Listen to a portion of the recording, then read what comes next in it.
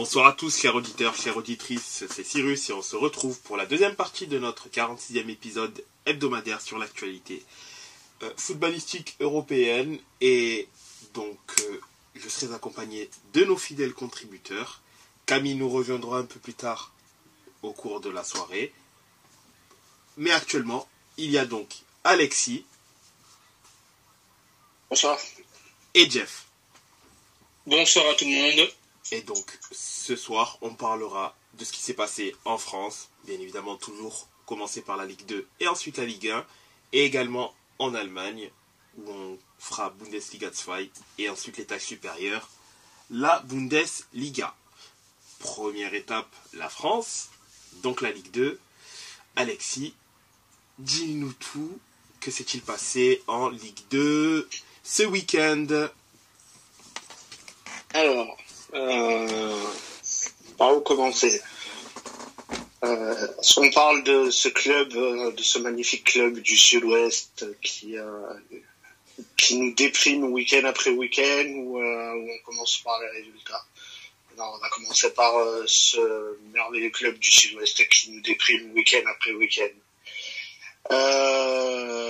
J'ai nommé les Girondins de Bordeaux, enfin qui n'ont plus que Girondins, pas grand-chose surtout, qui se déplaçait sur la pelouse de Laval, cette 34e journée, ou 35e, non, 35e journée. Laval qui n'avait plus gagné à domicile depuis le mois de septembre, qui n'avait plus gagné en championnat depuis le mois de mars, et puis qui a donc affronté ce magnifique club qu'on appelle communément le FC Relance. Voilà, le FC Relance, parce que qui a pour habitude de relancer un paquet de clubs. D'ailleurs, je continuerai tout à l'heure sur ça. Mais voilà, moi personnellement, j'ai pas vu le match et je pense que c'était sans doute la meilleure décision de ce week-end.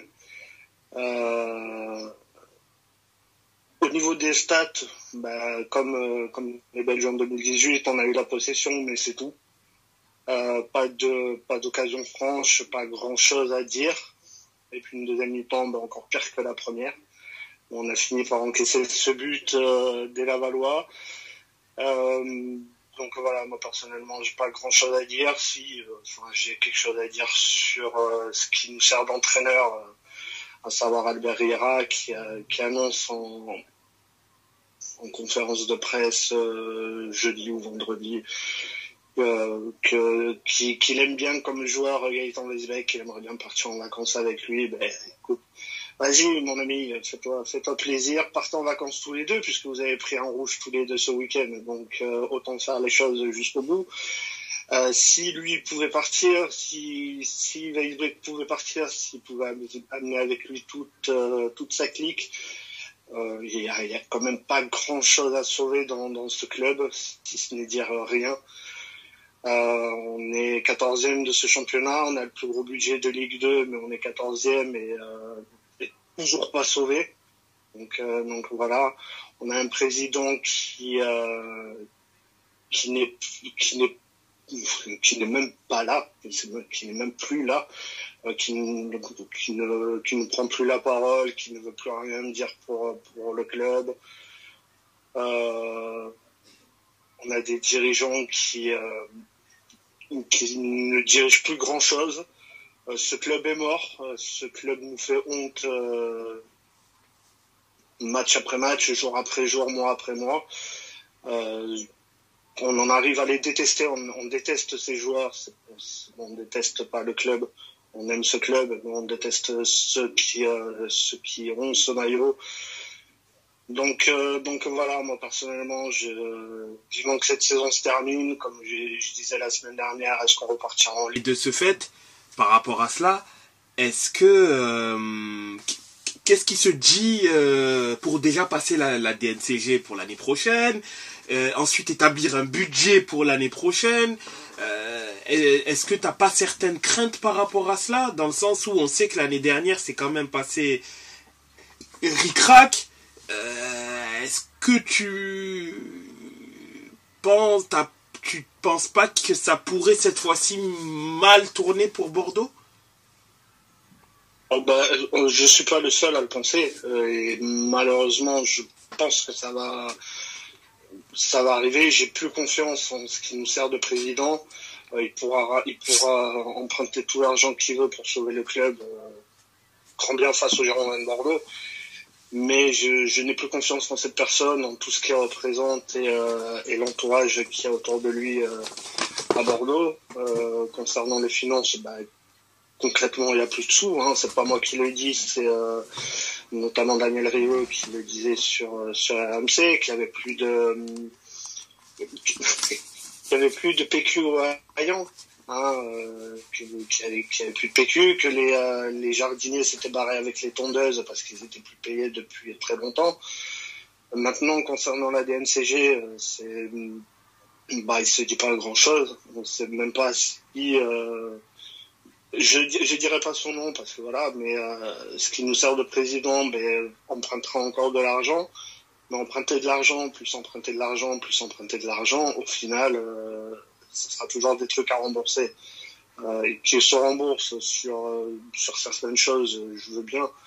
Sur les joueurs qui portent ce maillot tous les week-ends, il y en a pas beaucoup qui ont de la valeur. Il y en a même qui ont réussi la grande performance d'en perdre. Donc voilà, maintenant je ne sais pas ce qui va se passer cet été. Est-ce qu'il va présenter quelque chose devant la DNCG? Enfin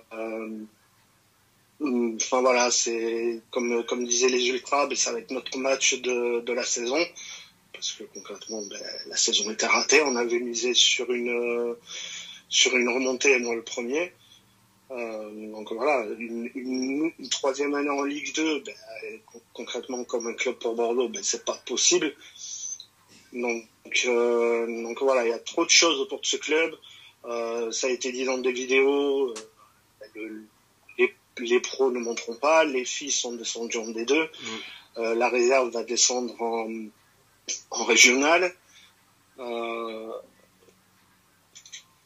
Voilà quoi, j'ai envie que la saison se termine au plus vite pour savoir ce qui va se passer, mais j'ai pas forcément envie de savoir non plus ce qui va se passer, parce qu'à mon avis ça va pas être de très belles choses.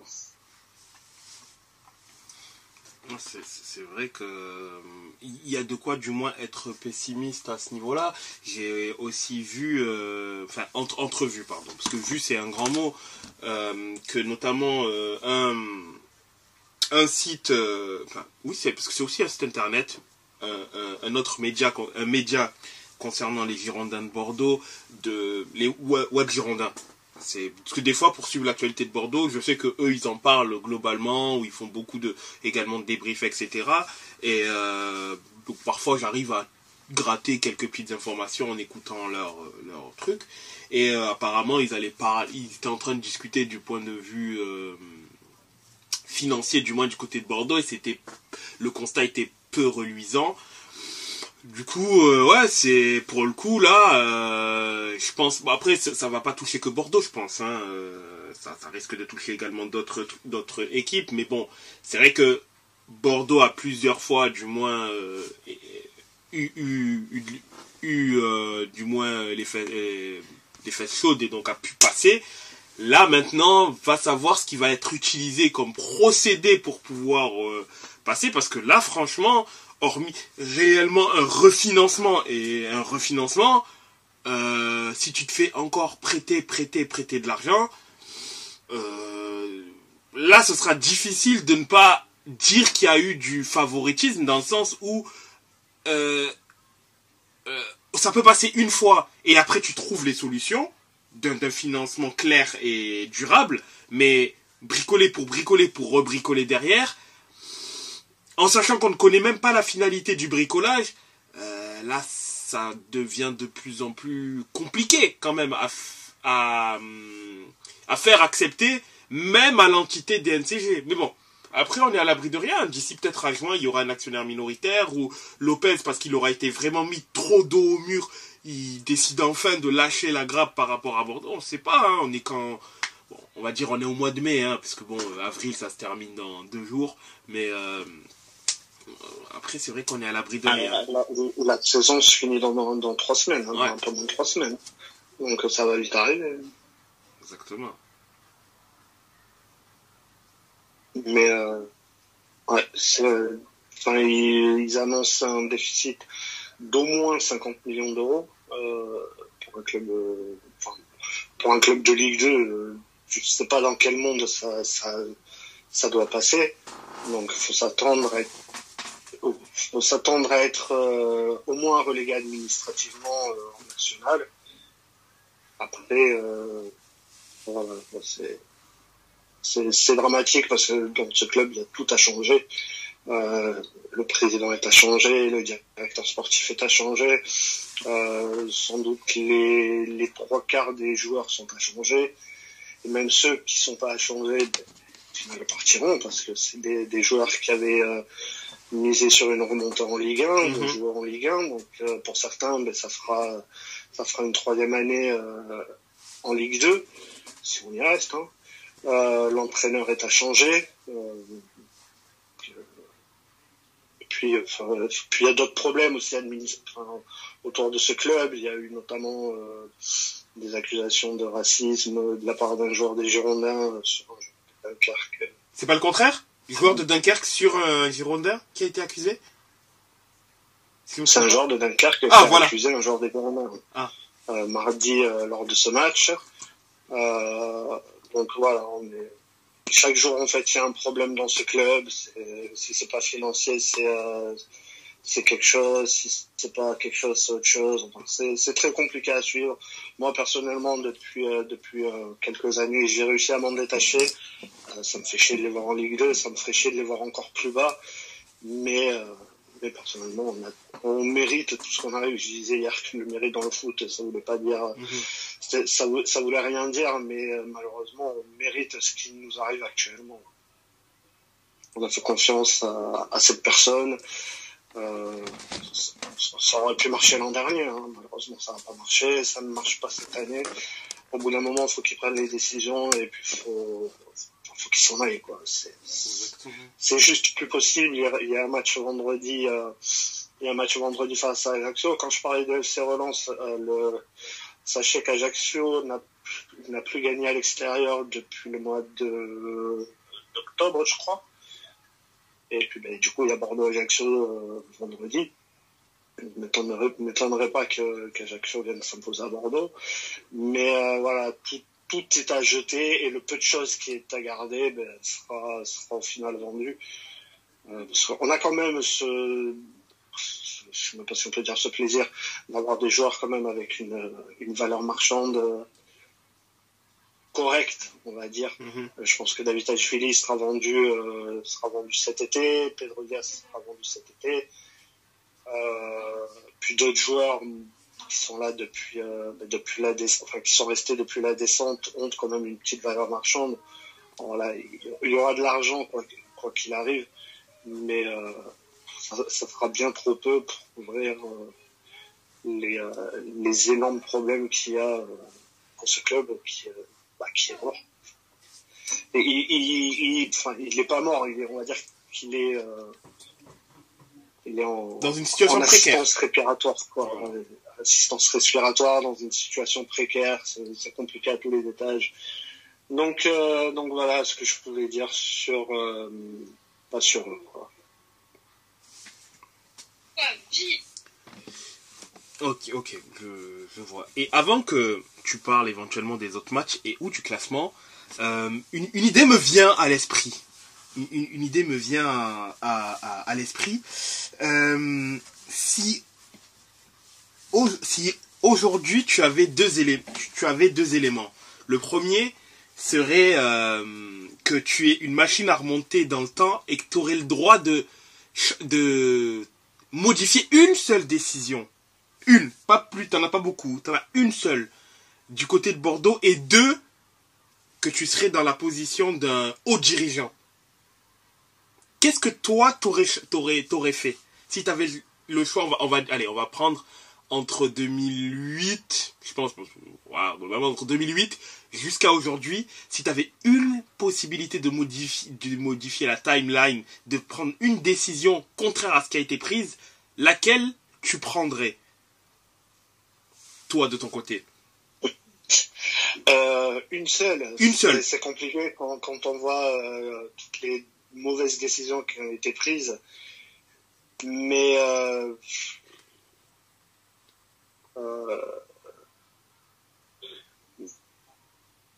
j'aurais pas vendu le club aux Américains. Je pense que c'est ce qu'on vit actuellement aujourd'hui, c'est une conséquence d'une conséquence. C'est une conséquence, ouais, merci, de ce qu'on vit depuis la vente du club en 2018. Donc voilà, moi personnellement, j'aurais été Taverneau, j'aurais pas vendu le club aux Américains. Maintenant, enfin voilà, moi c'est la décision que j'aurais prise. Il y en a tellement dans ce club, et c'est celle-ci que j'aurais prise parce que M6 remettait la main au portefeuille chaque année pour combler le déficit. C'est sans doute ce qu'ils ont fait de mieux dans leur passage, mais ouais, c'est la décision que je ferais, que j'aurais prise. Ok, ça personnellement ça m'étonne pas. Pour moi t'allais prendre deux choix, mais c'était soit éventuellement t'allais changer par rapport à Laurent Blanc ou t'allais choisir ça. Mais dans ma tête, pour moi t'allais choisir la logique la plus simple, qui est celle-ci, parce que celle-ci entraîne derrière d'autres choses. C'est ce rachat foiré qui entraîne derrière la revente encore, qui va encore créer d'autres problèmes, puis derrière qui va amener en plus Gérard Lopez.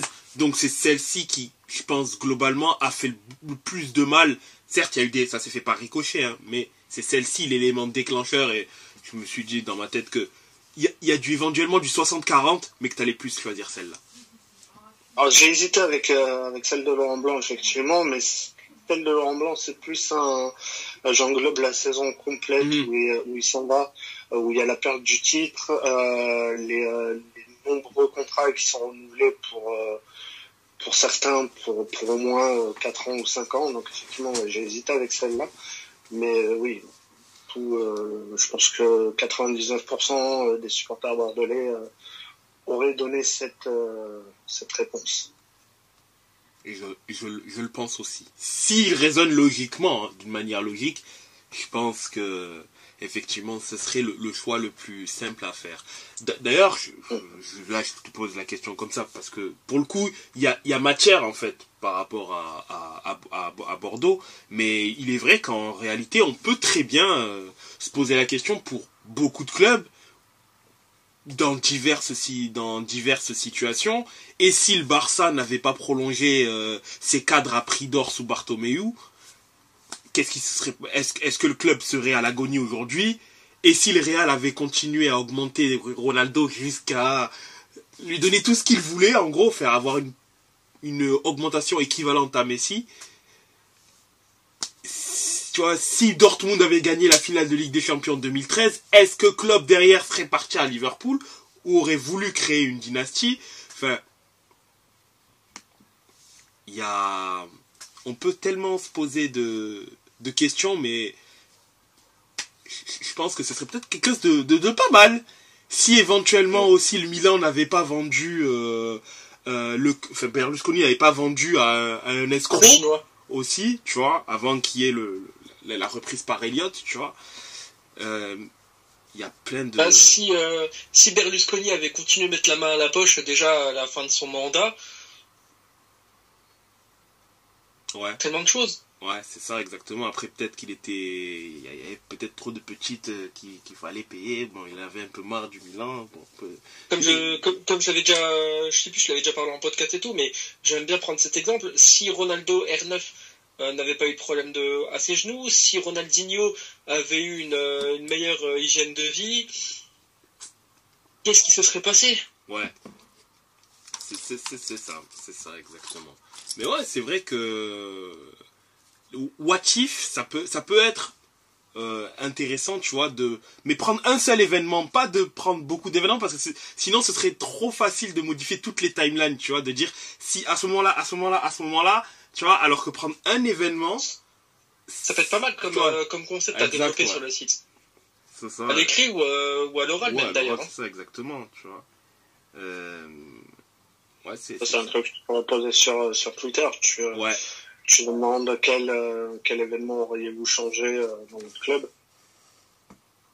S'il avait la possibilité de changer un événement. Parce que sinon, si c'était. Tu sais quoi? Je vais lancer le tweet maintenant. Allez, vas-y.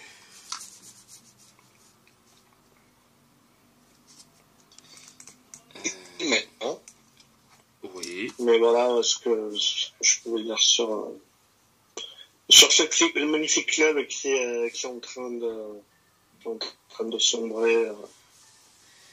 Dans les tréfonds de la Ligue 2. Qui est en train de sombrer. Hein? Qui est en train de sombrer dans les tréfonds de la Ligue 2 pour cette année. Voilà, exactement. Qui est en train de sombrer, mais limite tout le monde s'en fout. Donc, j'ai l'impression que tout le monde s'en fout. Donc, c'est peut-être pas plus mal au final qu'on sombre on sombre tout seul et puis qu'on reparte de je sais pas où pour aller je ne sais pas où. Riera est signé combien de saison?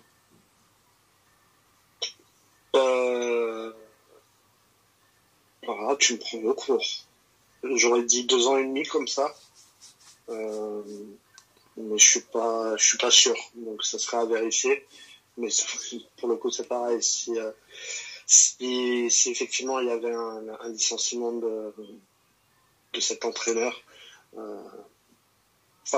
faudrait qu'il démissionne parce que d'accord il aime le club, c'est un ancien de la maison, mais faut partir monsieur, faut partir, me parler avec Gaëtan, ça fera des vacances à tout le monde et puis si vous pouviez partir loin et ne plus jamais revenir. Ouais, c'est très loin du club.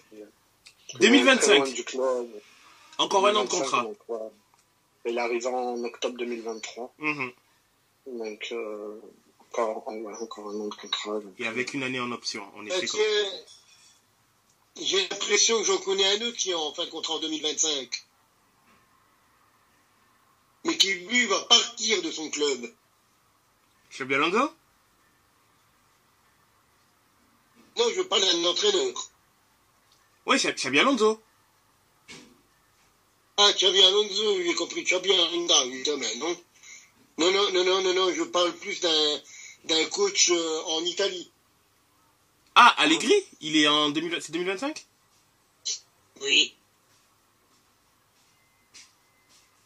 C'est pas la fin de la saison qui se casse? Ben, il va partir à la fin de la saison, mais normalement, il aurait encore un contrat. Ah oui, comme Pioli d'ailleurs.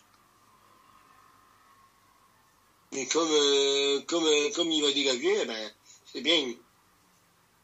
Comme dirait Zizou, c'est bien.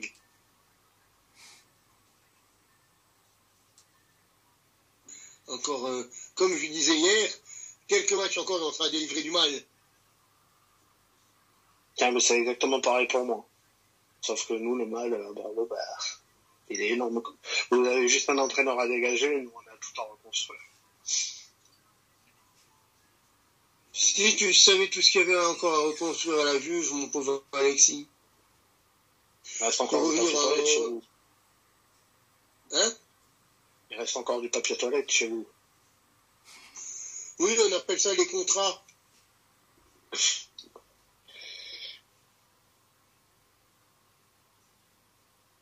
On appelle ça les contrats des joueurs, parce que le club se torche allègrement avec. Et oui, je l'ai fait exprès au cas où vous vous demandiez. J'y ai pensé. Pour une fois que tu penses. Eh ouais. Du coup, si je peux enchaîner sur les scores, bien sûr, classements. Alors la journée, mon ami. Cette 35e journée qui s'ouvrait avec le match entre Saint-Etienne et Caen. Saint-Etienne qui avait l'occasion de mettre la pression sur Angers et de récupérer provisoirement cette 2e place, ben, ça a été fait et même mieux que fait. Victoire des Verts 1-0 donc face à Caen.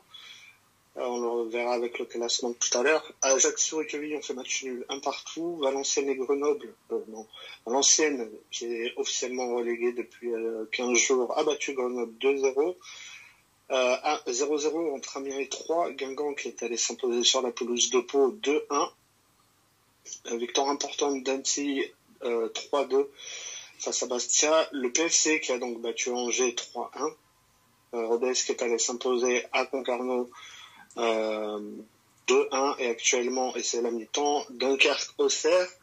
Et petite surprise ou pas, c'est Dunkerque qui mène à la pause 1-0. Au niveau du classement, on a quand même toujours Auxerre en tête avec 64 points. Deuxième, Saint-Etienne avec 63 points. Angers qui a fait donc la mauvaise opération de ce week-end et qui glisse à la troisième place avec 61 points.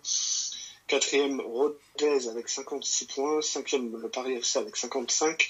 Sixième, Laval avec 52. Septième, Pau avec 51, comme Caen 51, et qui est huitième. Neuvième, Guingamp avec 50 points. Dixième, Amiens et Ajaccio et Bastia avec 46 points. Treizième, Grenoble avec 45 points.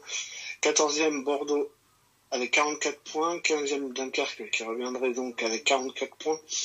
16e, Annecy avec 42 points. 17e, les premiers relégables, c'est Troyes avec 35 points. Quevilly et Concarneau sont à 35 points. Non, Troyes est à 37 points. Quevilly et Concarneau avec 35 points. Et Valenciennes est dernier, il restera dernier avec 23 points. Et le week-end prochain, les matchs qui reviennent de vendredi même, Angers qui recevra Pau, Auxerre qui sera opposé face au Paris FC, Bastia qui recevra Amiens, Troyes qui recevra Valenciennes, Caen qui recevra Laval, Grenoble qui recevra Concarneau, Rodez qui recevra Annecy, ce magnifique club du Sud-Ouest qui recevra Ajaccio, Quevilly qui recevra Dunkerque, et samedi, Guingamp qui sera opposé à l'AS Saint-Etienne. Donc voilà. J'avais fait un peu un comparatif des matchs sur les derniers matchs à jouer en haut et en bas, mais bon, ça sera pour la semaine prochaine. Et Auxerre actuellement est en train de perdre contre Dunkerque. Oui, il fait 10.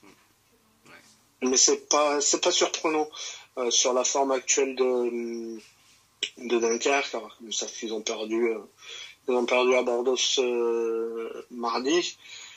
Mais ils seraient actuellement avec 44 points à la même position que les Girondins.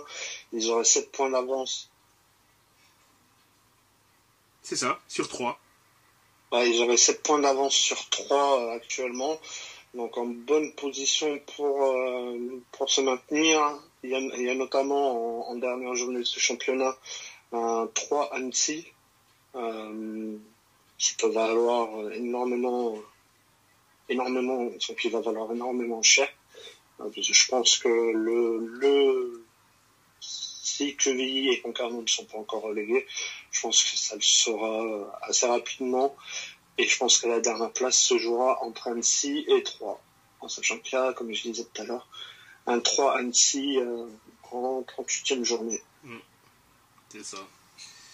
Après, pour Dunkerque, c'est vrai que cette vie, s'ils gagnent, bien évidemment, ils pourraient quasiment valider leur maintien, parce que 7 points, il reste 3 journées.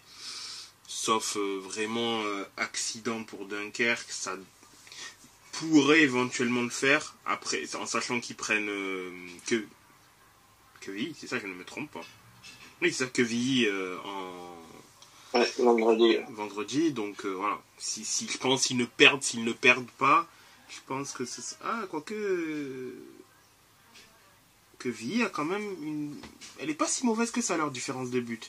Mais c'est vrai que ça sera... Ben non, pour Quevilly, je pense que c'est quasi... Ouais. Ils ont 8 points de retard sur Annecy. Ouais, 9. Oui, 6, 8. 7 exactement. 7 points plutôt, et non pas 8. Mais ils ont 7 points de retard sur Annecy. 9 sur Dunkerque. Ils ont un calendrier... Ils vont recevoir Dunkerque, ils vont se déplacer à Valenciennes, et puis ils reçoivent Saint-Etienne en dernière journée. Donc ça s'il y a espoir sur les 2 prochains matchs, ça risque d'être compliqué sur la dernière, en sachant que du coup ça se resserre sur les 3 premières places. Je pensais qu'Auxerre et Angers allaient monter. Finalement, on pourrait peut-être se retrouver avec Saint-Etienne et Angers en Ligue 1 directement et Auxerre 3e. Donc je pense qu'il y aura du suspense jusqu'à la dernière minute de la dernière journée, enfin même jusqu'à la dernière seconde de cette dernière journée.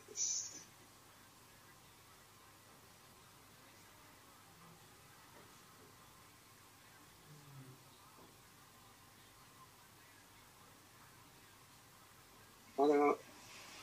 C'est noté.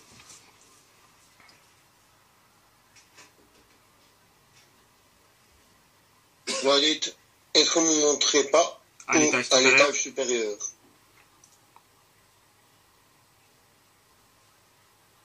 Parce qu'il s'est passé quand même pas mal de choses en Ligue 1 ce week-end. Exactement, oui. Notamment un match que j'intitulerai Dommage. Le match de Metz?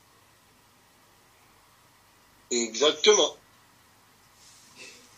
Dis-nous en quelques mots. Le match de Metz avait bien commencé. C'était face à un Lille que je sentais prenable. Et je me disais, pourquoi pas faire un résultat face à ce Lille qui me paraissait pas sûr de son fait.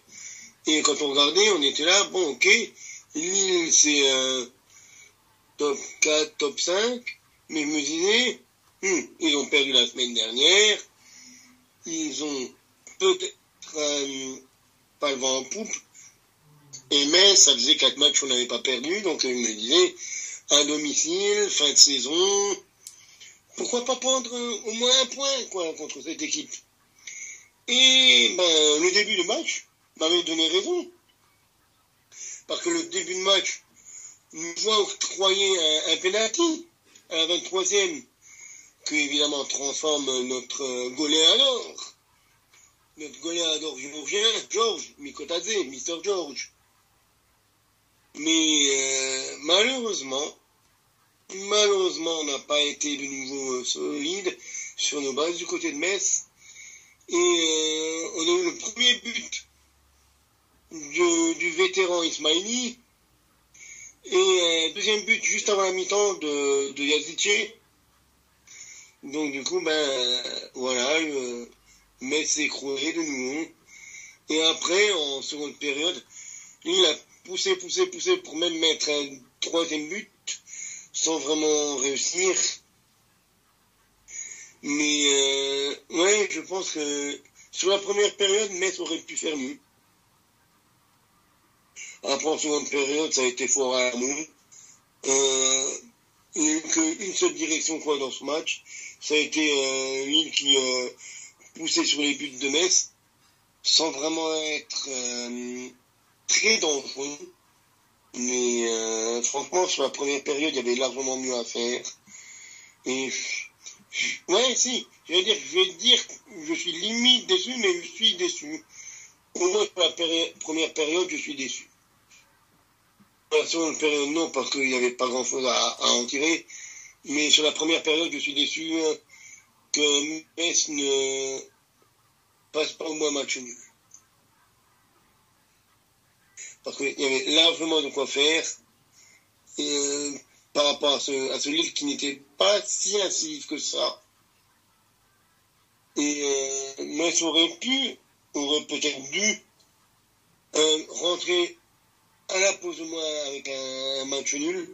Et là, peut-être que ça aurait été autre chose, mais ce n'a pas été le cas. Donc, du coup, Metz continue à serrer les fesses jusqu'à la fin de la saison. Pour rester poli. C'est à peu près tout ce qu'il y a à dire sur ce match. Ok. Ok, je vois en effet. À moins que Jeff veuille dire quelque chose sur ce Metz-Lille. Non, non, pas du tout. Non, j'ai rien à ajouter, à part que on espère quand même le maintien, hein. Évidemment, on reste au Grenat et on espère que Metz va pouvoir créer l'exploit. Pourquoi pas contre Stras, même si Bologna ne gère pas très bien le derby. Pour lui, c'est juste un match comme un autre. Donc voilà, ça me fait un peu peur, mais on peut espérer.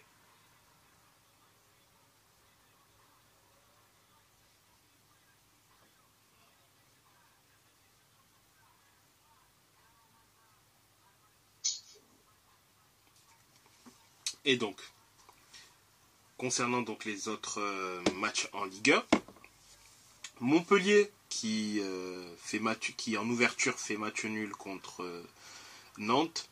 Montpellier qui a fini à 9, mais bon, les 2 cartons rouges ont eu lieu autour de la 90e minute. Donc globalement le match s'est déroulé à 11 contre 11. Hein. Bon, pas le truc.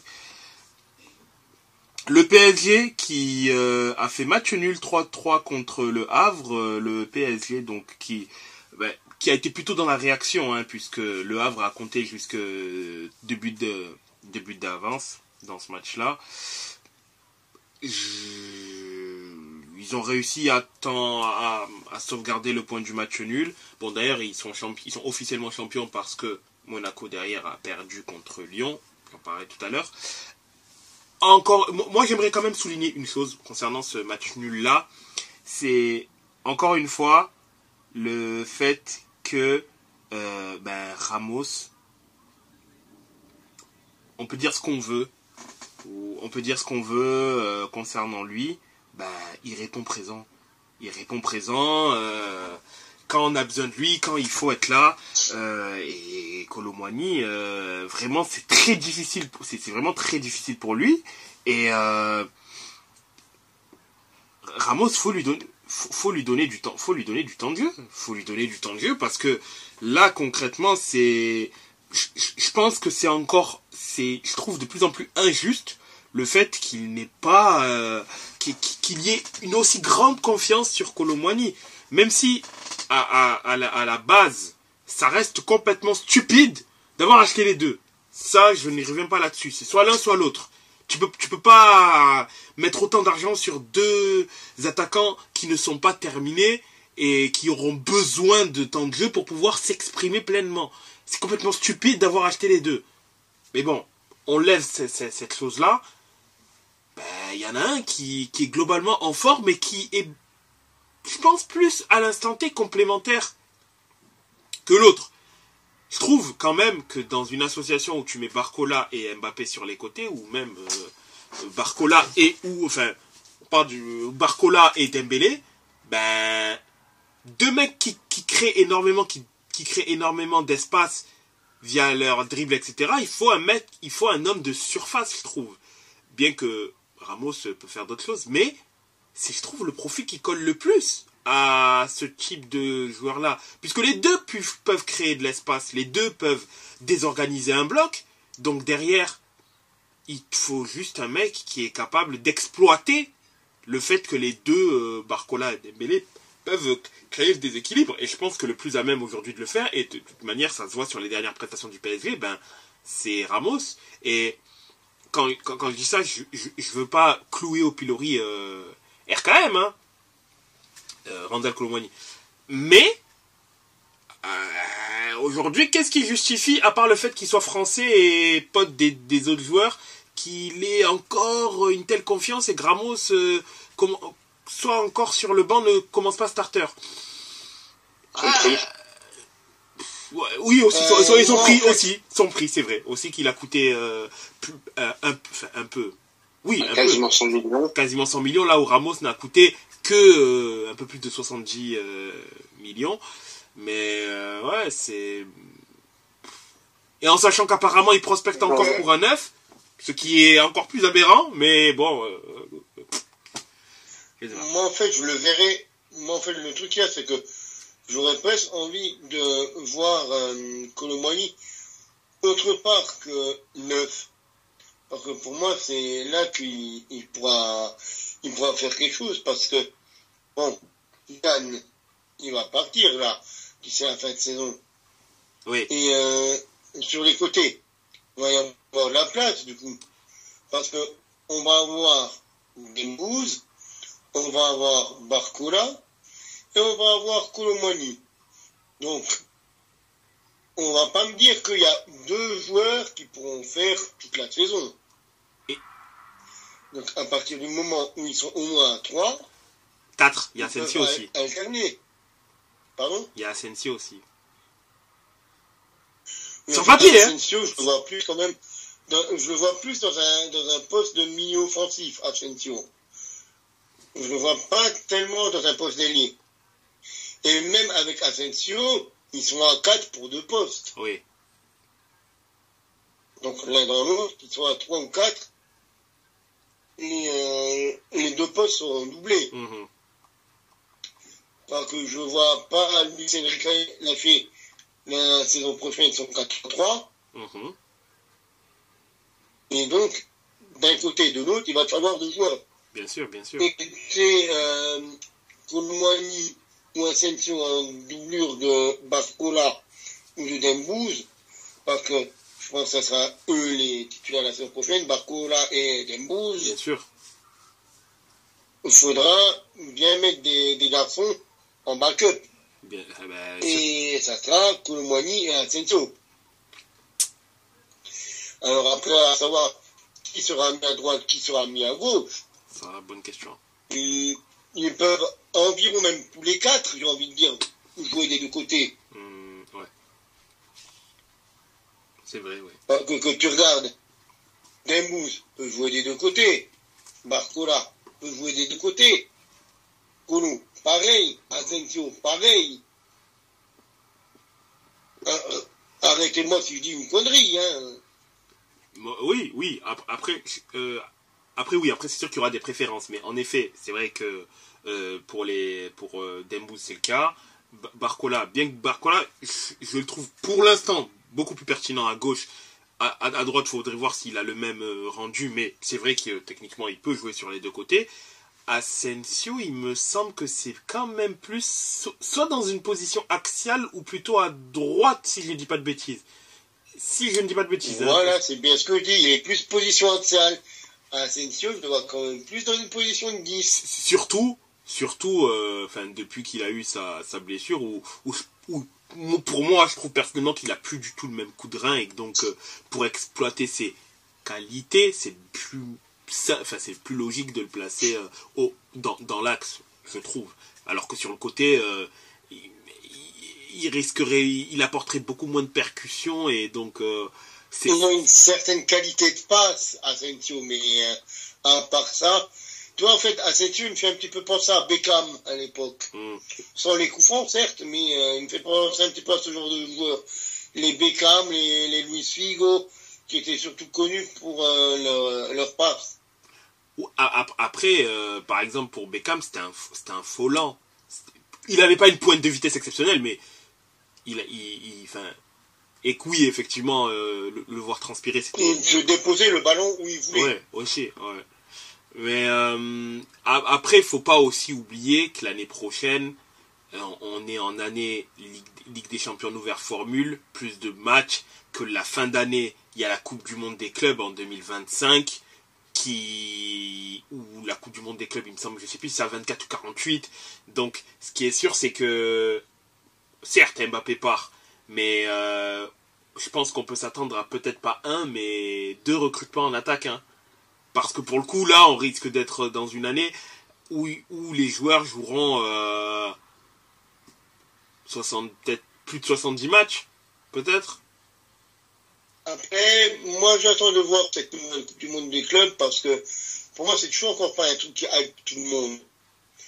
Autant la Champions League, ça hype des gens, autant le championnat, tout le monde veut le jouer, mais cette Coupe du Monde des clubs, est-ce qu'il y a beaucoup de gens, est-ce qu'il y a beaucoup de joueurs, est-ce qu'il y a beaucoup de clubs qui veulent le jouer? Bah, pour l'argent récolté, ouais, quand même, hein. Parce que même, par exemple, les clubs africains, ils prennent un gros billet, hein, quand même, hein. Mais moi, je te parle d'un point de vue sportif, d'un point de vue football. Bah oui, les Juventini, par exemple, ils veulent jouer la Coupe du Monde, surtout si c'est Allegri le coach. Vraiment. Va demander à Pioli s'il veut jouer, toi. Mais le Milan est qualifié pour la Coupe du Monde des clubs. Et reviens Non, quand tu auras la réponse. Non, on n'a pas été qualifié. Il fallait, je sais plus quel match il fallait gagner. Et bien sûr, on l'a perdu, hein, évidemment. C'est Ah qui oui, c'est vrai, vous n'êtes pas qualifié. C'est quels clubs italiens qui sont qualifiés? Bah, Juve, déjà. Uh-huh. L'Inter, je suppose. Vous êtes Ouais, champion. oui, l'Inter y est. La AS Roma peut-être aussi. Peut-être Napoli, peut-être, qui ont fait pas mal de bonnes séquences ces dernières années. Je vais regarder. Mais oui, le Milan n'est pas qualifié pour l'instant. C'est dommage. Franchement, c'est dommage. Et là, je dis ça sans mauvaise langue. C'est vraiment dommage que le Milan ne soit pas qualifié, parce que ça reste le Milan, quoi. C'est un club historique en Italie, un des plus beaux effectifs, quand même, mine de rien. Non. Et puis ça reste un grand, enfin, selon le palmarès, ça reste un grand en Europe aussi. Inter-Juve seulement, Aussi. en Italie.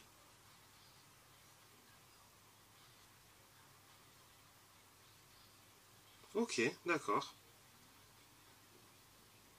Ouais, l'Inter et la Juve seulement en Italie. Donc, ouais, ok, d'accord, ok.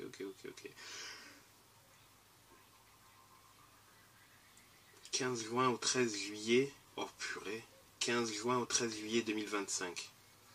Déjà que la saison, elle va se terminer en juillet cette année, ça voudrait dire que l'année prochaine, donc vacances écourtées, ils reprennent en août, voire un peu plus, et ça se terminera, donc la saison 2025, elle se terminera encore en juillet. Pouah, ça va être, c'est tendu. Hein. Et en plus en 2026, je crois c'est pareil, puisqu'on est en année Coupe du Monde. Ah ouais, ça va être fou.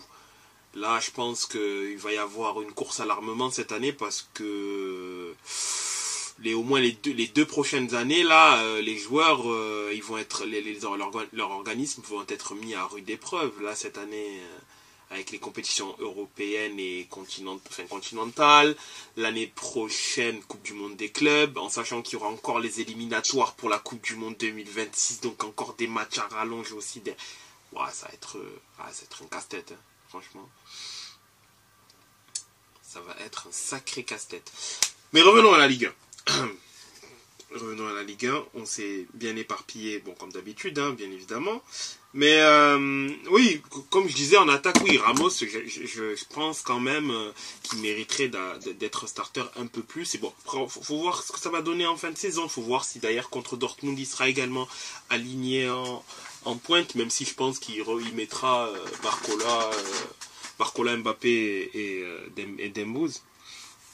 Mais c'est vrai que ça serait quand même un peu intéressant de pouvoir éventuellement le voir dans cette formule-là. Reims, qui a complètement pris l'eau contre Clermont.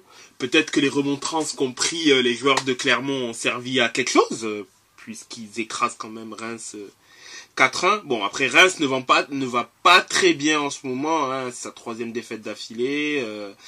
C'est une victoire depuis le mois de mars contre Metz, d'ailleurs, au passage. Ça va assez mal, bon, même si après le maintien est acquis, hein, pour Reims globalement, mais ils se battaient pour les places européennes. Là, on peut dire que ça va être quand même assez compliqué. Ils ne sont qu'à 6 points, mais ça va quand même être compliqué vu leur forme actuelle.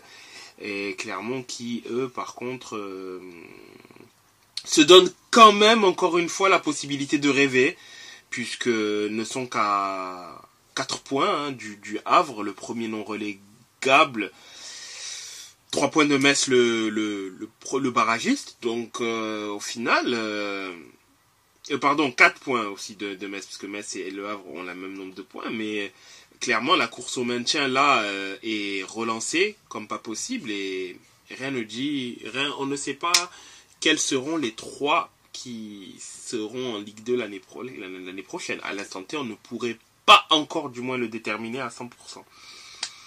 Toulouse qui gagne également contre Lorient. Nice qui fait également une bonne opération en ne faisant pas la bêtise de perdre contre Strasbourg. Donc elle assoit bien sa 5e place. D'ailleurs, elle profite en plus de la défaite de Lens pour prendre 5 points d'avance. Elle pourrait d'ailleurs quasiment du moins valider le fait de pouvoir être en Europe en gagnant le prochain match, sachant que Nice a quand même 2 matchs compliqués derrière, hein, PSG et puis Lille. Garder ces 5 points d'avance là pourrait être positif pour eux. Tout n'est pas fait, mais attention, là où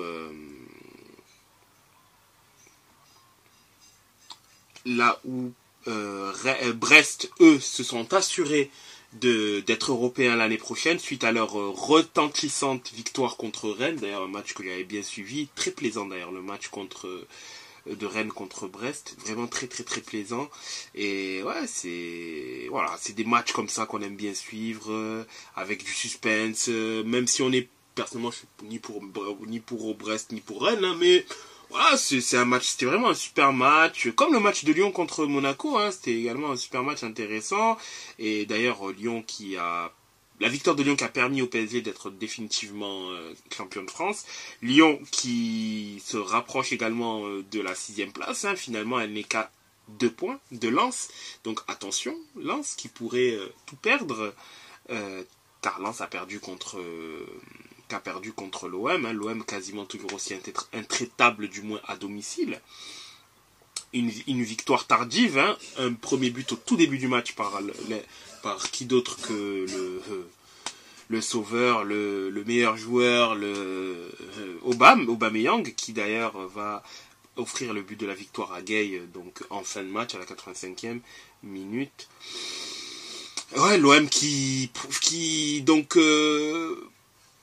gagne ce match, qui fait du bien, qui fait quand même beaucoup de bien, parce que elle a le souffle des autres équipes derrière elle, et ouais, c'est vraiment une victoire très très très importante du côté de Marseille, qui au final n'a pas très bien négocié cet enchaînement de matchs contre des concurrents directs, mais là, au-delà de la double confrontation contre l'Atalanta, hein, l'horizon se dégage où elle affrontera Lorient, Reims et le Havre. Donc, ça va, c'est vraiment des matchs tous prenables. Mais il n'y a qu'un seul match à domicile, c'est contre Lorient. Là où est le problème. Parce qu'on sait que l'OM, à l'extérieur cette saison, c'est catastrophique. Hein. La pire équipe de Ligue 1 à l'extérieur, elle a pris autant de points que Clermont. Seulement 11. Et donc, au niveau du classement pour la Ligue 1, ça donne un PSG champion actuellement avec 70 points. Deuxième Monaco avec 58 points. Brest officiellement assuré d'être européen, tout comme Monaco pour le coup. Avec Monaco deuxième avec 58 points. Brest troisième avec 56 points. Lille quatrième avec 55 points. Nice 5e avec 51 points. Lens 6e avec 46 points. Marseille 7e avec 44 points, égalité de points avec Lyon 8e. Rennes avec 42 points. Toulouse avec 40 points, égalité de points avec Reims 11e. Montpellier 12e avec 37 points. Strasbourg 13e avec 36 points. 14e Nantes avec 32 points. Maintien pas encore acté, mais ils ont quand même un match d'avance sur un match d'avance, c'est-à-dire qu'ils ont 3 points d'écart, hein, tout simplement. Le Havre 15e avec 29 points, le même nombre de points que le premier relégable et barragiste Metz. Le Havre qui a nettement une meilleure différence de but que Metz. Hein. Metz a mis 2 buts de plus mais a encaissé 10 buts de plus, donc ça fait moins 8 sur le Havre. Lorient 17e et premier relégable direct pour la Ligue 2 avec 26 points, et Clermont 18e avec 25 points qui ferme la marche. La partie en Ligue 1 se termine aujourd'hui. Cette fois-ci, on peut aller en Allemagne, en Bundesliga 2, puis au-dessus, après, on parlera de la Bundesliga. Donc, nos spécialistes, dites-nous, que s'est-il passé en Allemagne cette semaine? En Bundesliga 2, on a eu un changement de leader. Parce que le Holstein Kiel, qui tenait la baraque depuis plusieurs semaines, s'est pris les pieds dans le tapis, à domicile en plus. Ils se sont fait avoir par Kaiserslautern, qui est dans le bas de tableau, mais qui est venu s'imposer à Kiel 3-1, pendant que St. Pauli récupérait sa place de leader qu'ils ont occupé tellement longtemps depuis le début de la saison, en s'imposant à domicile 1-0 face à Hansa Rostock. Hambourg s'est également imposé 4-0 sur la pelouse de l'Eintracht Braunschweig. On a eu un partout entre l'Hertha Berlin et Hannover. Elversberg s'est incliné 3-1 sur la pelouse de Paderborn. Mes amis, les Königsblauen de Schalke ont, dans le derby face à Düsseldorf, derby entre guillemets, fait un match nul un partout face au 95er. Karlsruhe s'est imposé 1-0 sur la pelouse de Nuremberg. Magdebourg et Osnabrück, dans un duel de mal classé, ont fait un partout.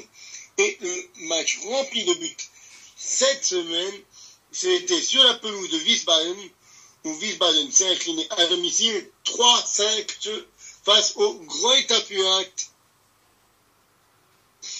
Et donc, au classement, on a St. Pauli qui repasse en tête avec 2 points d'avance face au Holstein Kiel.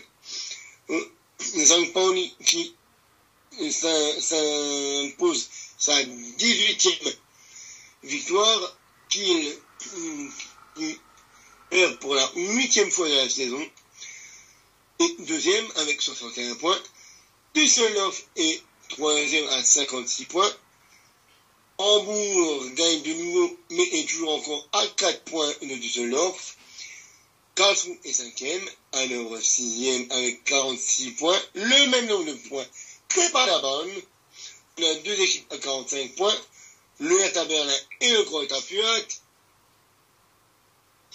Elversberg est 10e à 30 points. On a 3 équipes à 37 points, le 11e Magdebourg, le 12e Schalke et le 13e Nuremberg. Braunschweig est 14e à 34 points. Puis Kaiserslautern un point derrière. En 15e place, le Baraviste et Wiesbaden 32 points. Le Hansa Rostock est à 31 points, premier relégable. Et Osnabrück est à 25 points, bon dernier. Ce qui veut dire que entre le 14e et le 17e, il y a 3 points d'écart. Bonne chance pour savoir qui va être maintenu, qui va être barre 8 et qui sera relégué entre Braunschweig, Kaiserslautern, Wiesbaden et Rostock. Voilà pour la Bundesliga 2, mes amis. Maintenant, je vous propose de passer à la Bundesliga 1. Que s'est-il passé avec Mayence, mon ami Alexis? Il s'est passé beaucoup de choses, que ce soit à Mayence et autour des places de relégables. Mayence qui recevait Cologne pour le match au sommet de ce bas de classement. L'objectif de cette rencontre, c'était de retourner pour la 2e fois d'affilée en dehors de cette zone de relégation, parce que Bochum s'est imposé vendredi et l'Union n'a pas perdu hier. Donc voilà, on recevait Cologne à la Meva Arena. Comme d'habitude, un début de match totalement à l'avantage de Mayence. Ça, c'est certainement l'un des points forts actuellement. Une ouverture du score logique par Leandro Barreiro. Un retour au vestiaire avec un avantage d'un but. Pas suffisant pour le coup. Même si Cologne n'avait pas montré grand-chose. Et puis au retour des vestiaires, il suffisait de le dire pour que Cologne bénéficie d'un penalty suite à une faute d'Anthony Cassi, qui aurait pu prendre un carton rouge parce qu'il avait déjà reçu un carton jaune en première mi-temps. Donc voilà, un penalty pour Cologne dès le retour des vestiaires. Raté, un penalty raté. Donc voilà, toujours le score maintenu à 1-0. Cologne qui s'est, un peu vulgairement, qui s'est un peu sorti les doigts du derrière pour cette fin de match et qui bénéficie d'un nouveau penalty, cette fois-ci à la 90e minute. Et cette fois-ci un penalty qui sera transformé. Score final 1-1. Ils auraient même pu bénéficier d'un autre penalty encore une fois dans les arrêts de jeu. Sauf que là, de cette fois, l'arbitre ne dira rien. L'arbitre qui a complètement perdu le contrôle de ce match avec des cartons un peu donnés n'importe comment, des jaunes qui méritaient des rouges et des rouges qui méritaient que des jaunes. Il s'est un peu inversé les cartons, on va dire. Mayence qui se déplacera à Heidenheim la semaine prochaine avec 3 joueurs en moins et certainement 2 des 3 joueurs les plus importants actuellement, à savoir Nadim Amiri et Brian Gouda qui seront suspendus. Donc voilà, un déplacement qui s'annonce compliqué. On maintient quand même l'avance de 5 points sur Cologne. Mais ce match de dimanche prochain m'inquiète beaucoup parce que Cologne va recevoir 2 fois, va recevoir des clubs qui jouent le maintien. Mayence donc va se déplacer à Heidenheim, mais recevra dans 15 jours. Et quand on sait l'amitié qui lie les supporters de Dortmund avec ceux de Cologne, on pourrait avoir des joueurs du Borussia ultra motivés à l'histoire de nous faire payer ce qui s'était passé l'an dernier, mais bon, ça c'est une autre histoire. Donc voilà, il y a beau avoir 5 points, je reste quand même très inquiet d'une possible relégation. Mais voilà, il va falloir s'accrocher. Donc comme je disais, il reste 3 matchs, ça va être très compliqué, notamment avec le calendrier. Heidenheim, Dortmund et Wolfsburg pour Mayence. Fribourg, Berlin et je sais plus qui pour Cologne. Donc voilà, ça va être très compliqué jusqu'au bout. Comme en Ligue 2, ça sera jusqu'à la dernière seconde de cette dernière journée où on souffrira jusqu'au bout.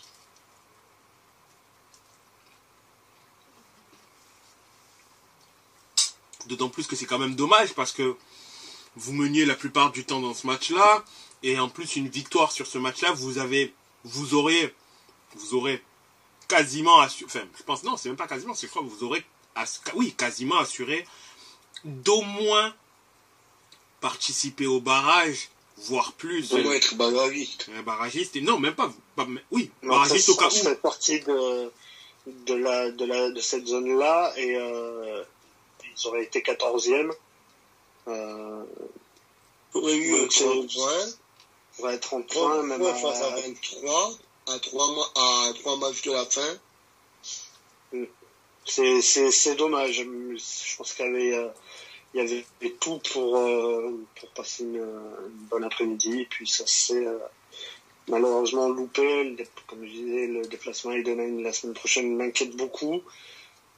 Mais bon, ils sont capables d'aller chercher ce qu'il faut.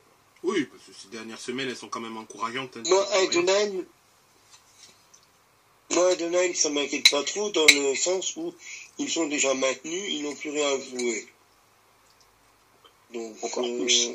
Est-ce qu'ils ne se sentent pas un petit peu en vacances? C'est pas faux. Ouais, je sais pas si ça sera leur dernier match. Leur dernier match à domicile, mais peut-être l'occasion aussi de bien finir la saison. Donc ouais, non, malgré tout, ça m'inquiète quand même un tout petit peu. Et on n'est pas à l'abri de voir Cologne battre Fribourg. Et non, c'est pas leur dernier match à domicile, parce que le dernier match à domicile, ça sera en dernière journée, justement face à Cologne.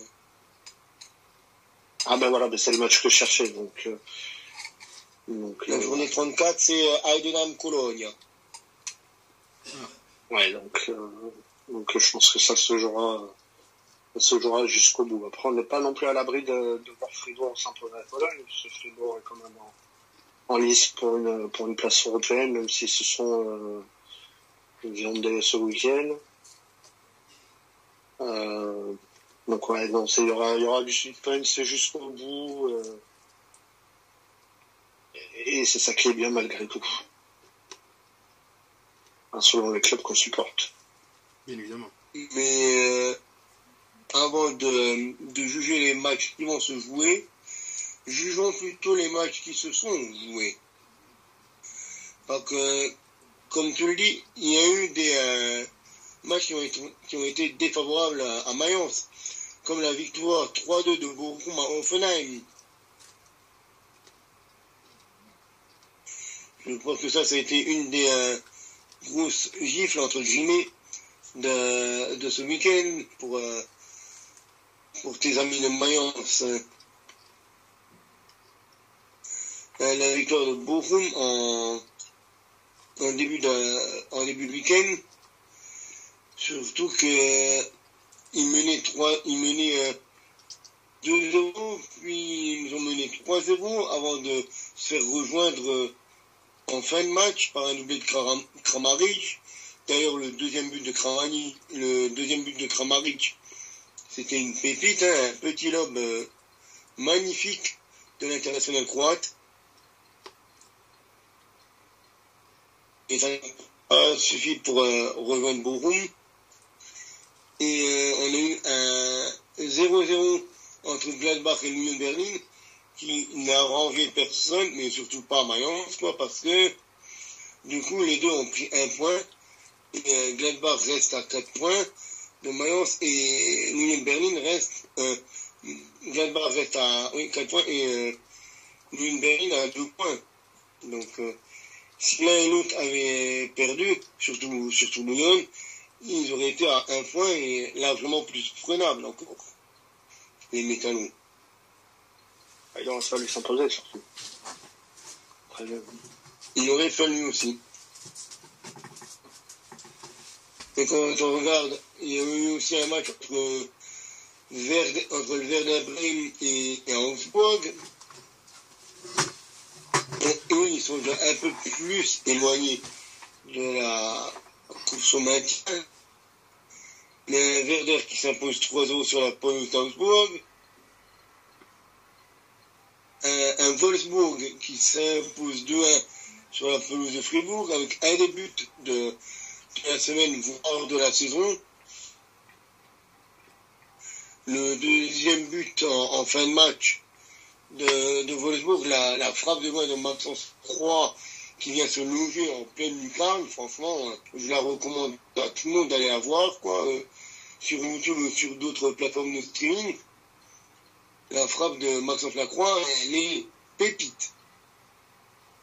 S'il faut parler aussi du pénalty raté, du pénalty lamentablement raté par le joueur de Fribourg juste avant ce but. C'est aussi c'est quelque chose, quoi. Une partie menée jusqu'à la 82e. À la 82e, Wolfsburg égalise. Il y a Fribourg qui a un pénalty qui est loupé et Wolfsburg égalise juste après. Et il s'impose. Après, du côté du Bayern, on gagne 2-1, malgré le beau but d'Ekitike.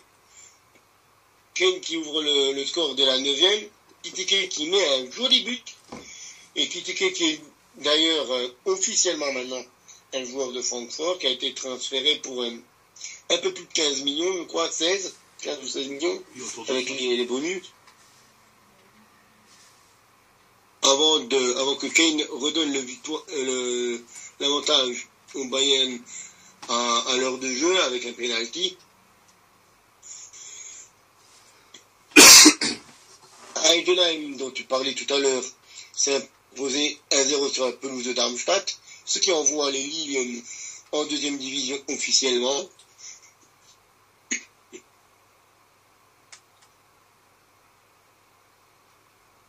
On a Leipzig qui a collé une démonstration à Dortmund.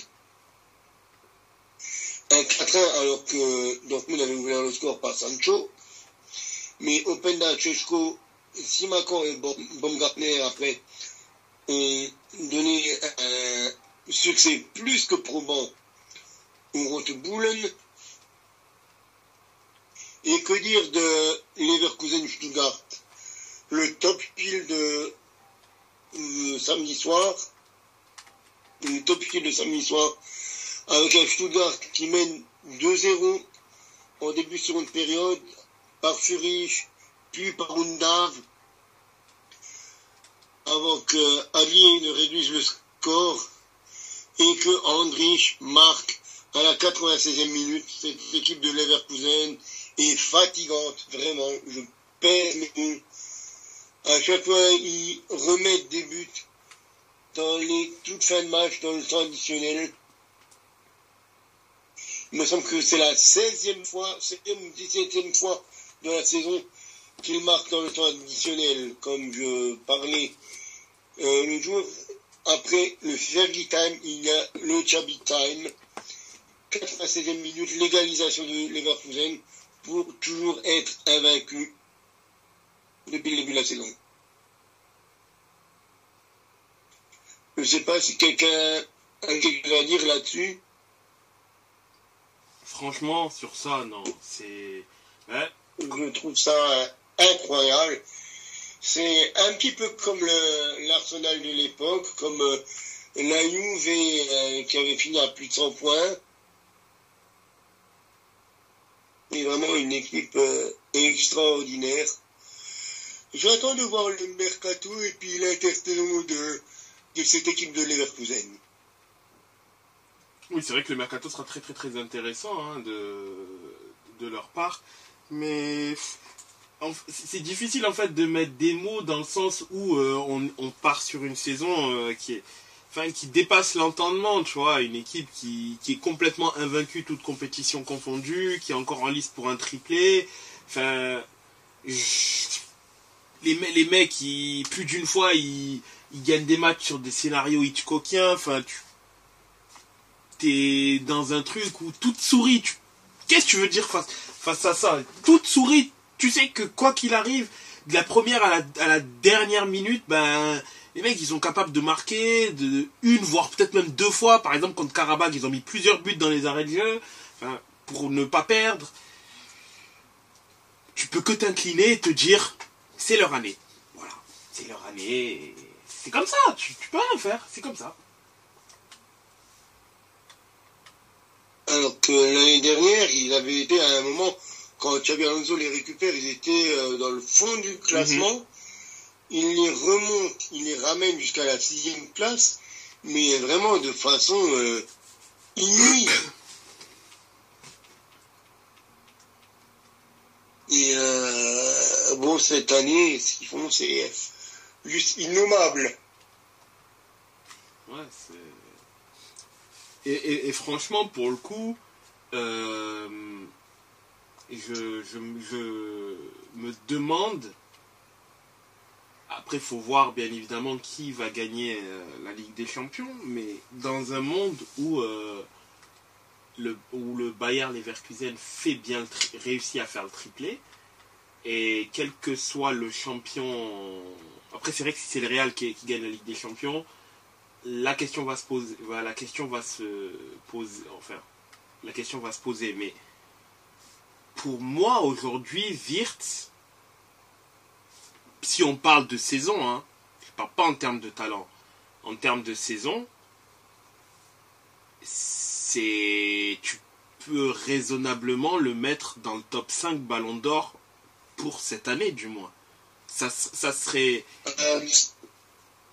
C'est pas moi qu'il faut convaincre là-dessus. Et Et je suis totalement passionné de ce garçon-là. Et il a totalement sa place n'importe où. Même s'il n'est pas dans les meilleurs buteurs, il est quand même deuxième meilleur buteur avec beaucoup d'autres, certes. Mais vu que le meilleur buteur, c'est un autre de Leverkusen, hein, c'est Grimaldo avec 13 passes. Mais ils sont 4 à 11 passes décisives. Il y a Wirtz, il y a Brandt, il y a Sané et il y a Xavi Simons.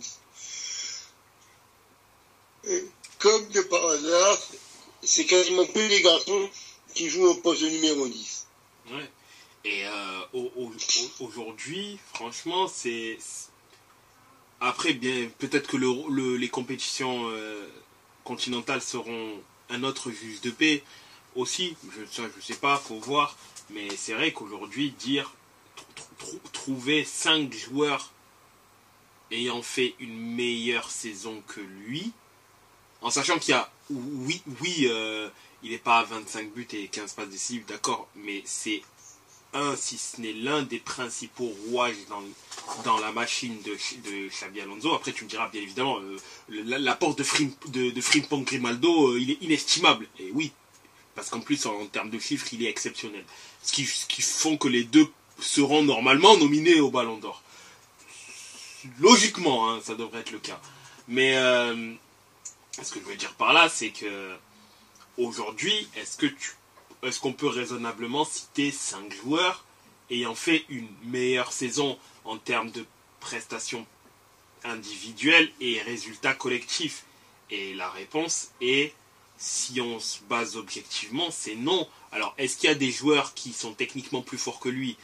Si on parle au milieu de terrain, je vais dire oui, De Bruyne est plus fort que lui, bien évidemment. Mais De Bruyne a raté beaucoup de matchs et ça n'enlève pas toutes ses qualités, hein. Mais tu ne peux pas le mettre aujourd'hui dans la liste d'un prétendant final au Ballon d'Or, même si la Belgique gagne l'Euro, pour la simple et bonne raison qu'il a été trop absent cette année par les blessures, hein. C'est pas ça, enfin, c'est pas sa faute. Voilà, les blessures l'ont ralenti, mais sinon, bien évidemment, qu'on sait que à 100% de ses moyens et lorsqu'il peut faire une saison pleine, il n'a pas d'équivalent. Mais aujourd'hui, ouais, je ne saurais pas citer 5 joueurs cumulant les deux. Surtout s'ils finissent invincibles. Après, tout dépend aussi le parcours de l'Allemagne. Ouais, oui, aussi. Mais franchement, même si...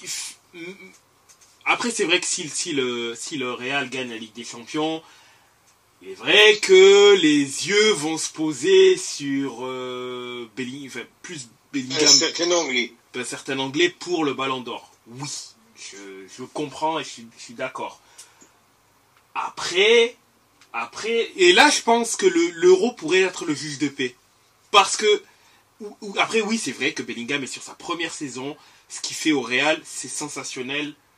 C'est fou de voir un milieu poser ces stats-là et surtout pour s'imposer aussi fortement, poser autant son empreinte dans cette équipe-là. C'est vrai. C'est totalement vrai. Après, ne pas minimiser le fait que ils vont peut-être finir invincibles, les Leverkusen. Ils vont finir invincibles. Ils n'auront pas perdu un match de la saison. Je conçois gagner avec des champions avec le Real, être le leader du Real à sa première année, c'est quelque chose de très très grand. Parce que tu es dans le plus grand club au monde. Mais faudrait pas négliger le fait qu'ils vont peut-être terminer invincibles. Invincibles. C'est du jamais vu, je crois, encore dans l'histoire. Des équipes qui ne perdent pas en championnat, c'est possible, mais qui vraiment sur tous les... une équipe qui est sur diverses compétitions et qui n'en perd aucun match, j'ai pas de souvenir d'une équipe qui ait réussi à faire ça d'ailleurs. Ça va, justement. Camille, ce sera notre... c'est la bible du groupe, hein, mais... Enfin, toi Yann et Camille, je veux dire, mais Camille, si lui, il trouve pas d'équipe, à mon avis, c'est que ça n'existe pas. Les équipes invincibles qui ont réussi à finir invincibles et faire le toute compétition confondue, pour le coup. Pas seulement qu'en championnat, parce que si tu me dis en championnat, je vais te dire oui, je vais t'en trouver. Mais toute compétition confondue, sur une saison. J'en ai jamais vu Dans le top 5, je ne crois pas qu'il y en ait. Parce que toute équipe a au moins fauté une fois. Que ça soit les Invincibles d'Arsenal, que ça soit Manchester de 99, que ça soit la Juve de 2012 qui n'a pas fait un triplé. Faudrait peut-être regarder sur l'Ajax ou sur le Bayern des années 70. Je pense que même eux ont fauté au moins une fois, que ça soit en Coupe d'Europe ou en championnat.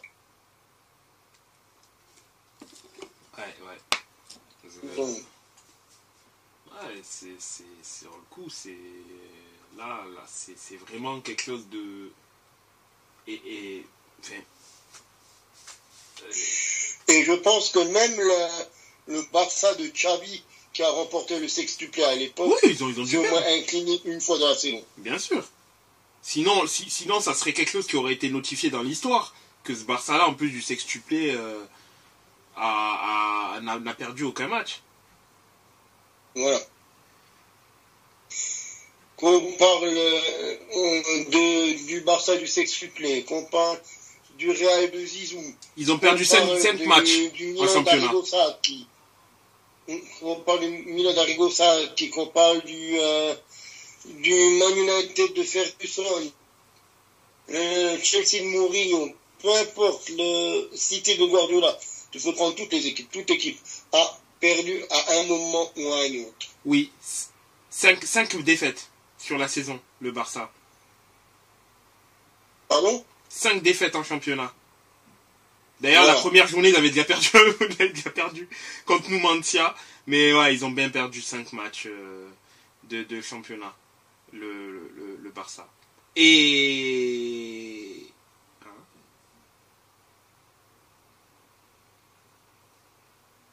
ils avaient perdu en plus en Ligue des Champions contre le Shakhtar Donetsk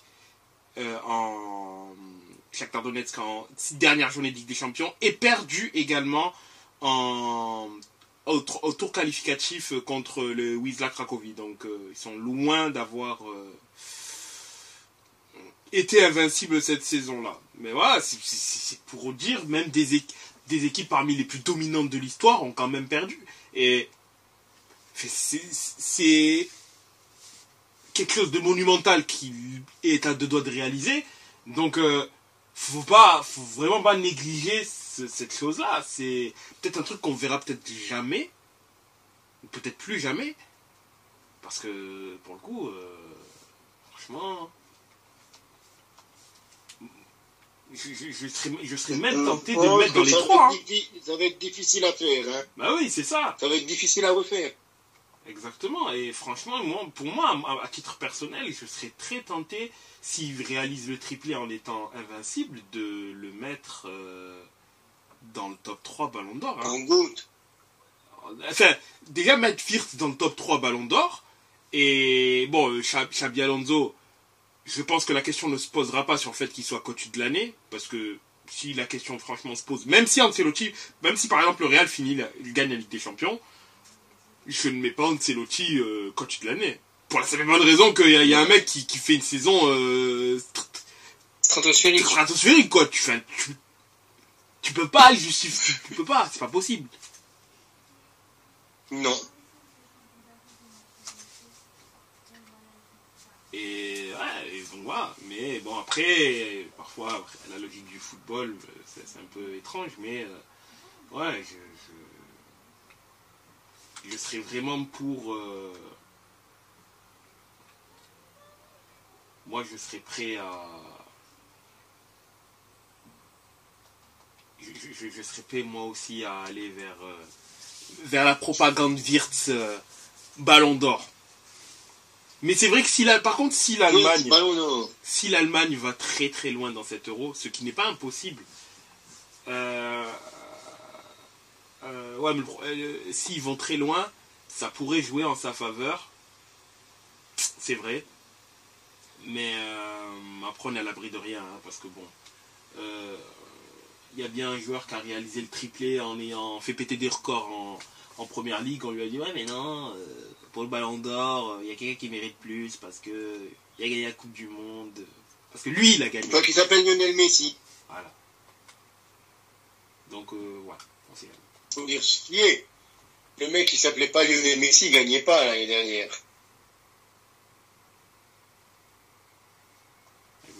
Exactement. Vrai ou pas? Ah oui, bah oui, exactement. Exactement. Alors que pour moi, l'année dernière, déjà, il avait plus besoin de gagner le ballon d'or parce que c'était déjà passé, en fait, la Coupe du Monde. C'est cela, en effet. Mais bon. Écoute, c'est comme ça, hein. Sinon, concernant les autres matchs de Bundesliga,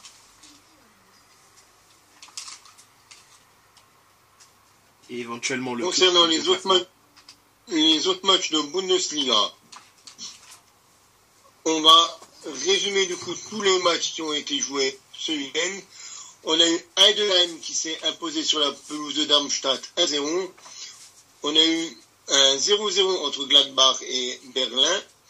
On a eu un partout, comme l'a dit Sylvia Aleti, entre Mayence et Cologne. Leverkusen et Stuttgart se sont quittés sur le score de 2 partout. Leipzig a collé une raclée à Dortmund à domicile 4-1. Wolfsburg est allé s'imposer 2-1 sur la pelouse de Fribourg. Le Bayern s'est imposé tranquillement 2-1 face à Francfort.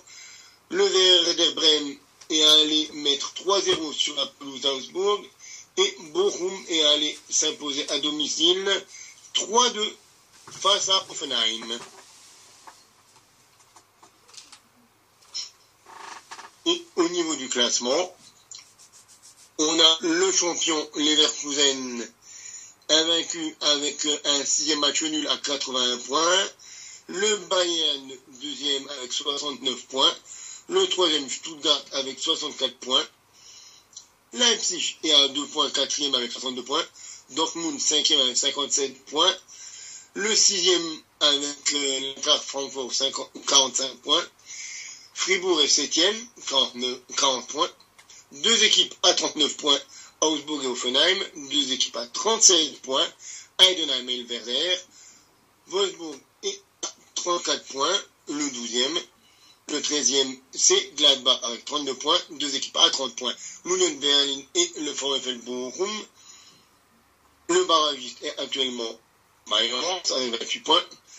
Cologne est le premier relégable avec 23 points et Darmstadt est officiellement relégué avec 17 points. Merci de ces informations. Concernant l'actualité en Bundesliga. Et pour l'instant, de toute manière, on a bien fait le tour concernant l'actualité footballistique de la semaine. C'est ça. Dans tous les cas... Moi, j'ai une info. Oui. C'est une info Ligue 2. C'est Auxerre qui a totalement renversé ce match et qui finalement s'impose 3-1. Qui avait marqué 2 buts en 4 minutes pour mener 2-1 et qui a marqué le 3e but à un quart d'heure de la fin. Auxerre qui reste donc leader, comme je disais tout à l'heure, qui possède 6 points d'avance sur Angers 3e et qui pourrait être promu en Ligue 1, pourquoi pas dès la semaine prochaine.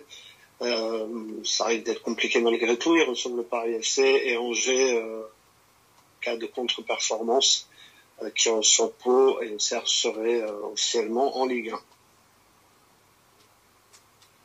Ok, d'accord. Très intéressant comme information. Et du coup, Dunkerque n'est pas à égalité de points avec Bordeaux aussi, pour le coup. Ah oui, parce que oui, effectivement, faut aussi dire ce qu'il est.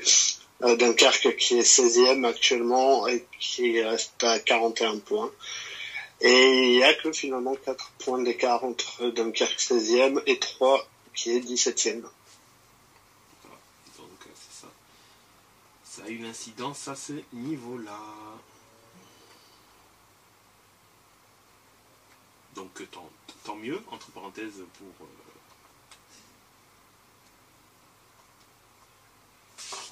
tant mieux pour Bordeaux à ce niveau-là que Dunkerque du moins. Oui, bon, très Après, ça reste très bien.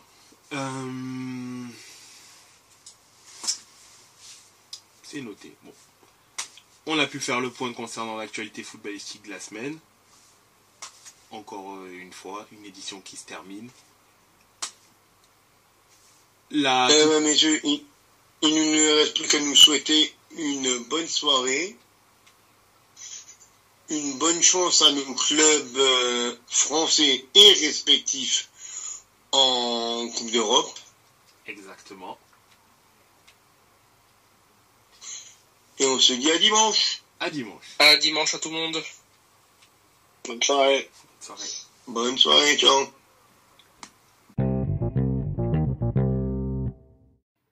Afin de nous suivre sur les différents réseaux sociaux, vous pouvez aller sur Facebook, La Table Ronde, sur Twitter, La Table Ronde 777, sur Instagram, La Table Ronde, 2 fois tiré du 8.